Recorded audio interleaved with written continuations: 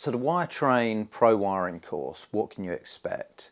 We're basically going to work towards building this small sub-loom here, which has a variety of different techniques and skills involved in building this. Across the day, we're going to cover both practical and some theory, so you get this understanding of not only how something is built, but why it is built and why we would choose certain materials.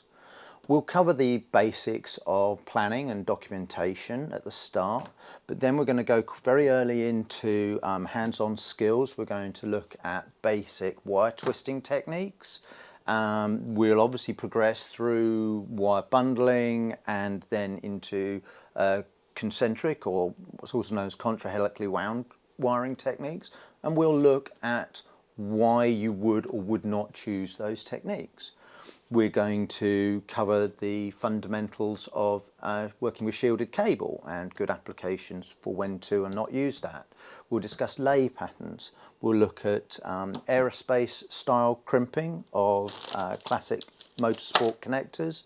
Insert and extract techniques to get you out of those tricky times when the pins just ain't coming out. We're looking at the variety of different heat sleeving materials and working with the classic DR25 heat shrink system and adhesives.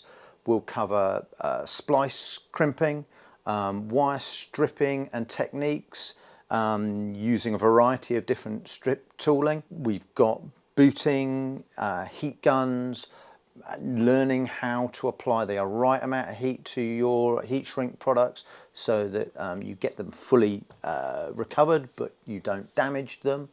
We'll be working with standard industry materials, type 55A wire, DR25 for our shrink and our boots, and Autosport connectors from Deutsch and Autosport. It's all organised in quite a staged manner. So we will start out with the big basics and work up your skill level across the 2 days. For those with prior skills, we're going to push them that little bit harder. We're going to find out areas where we can polish and hone their existing skills.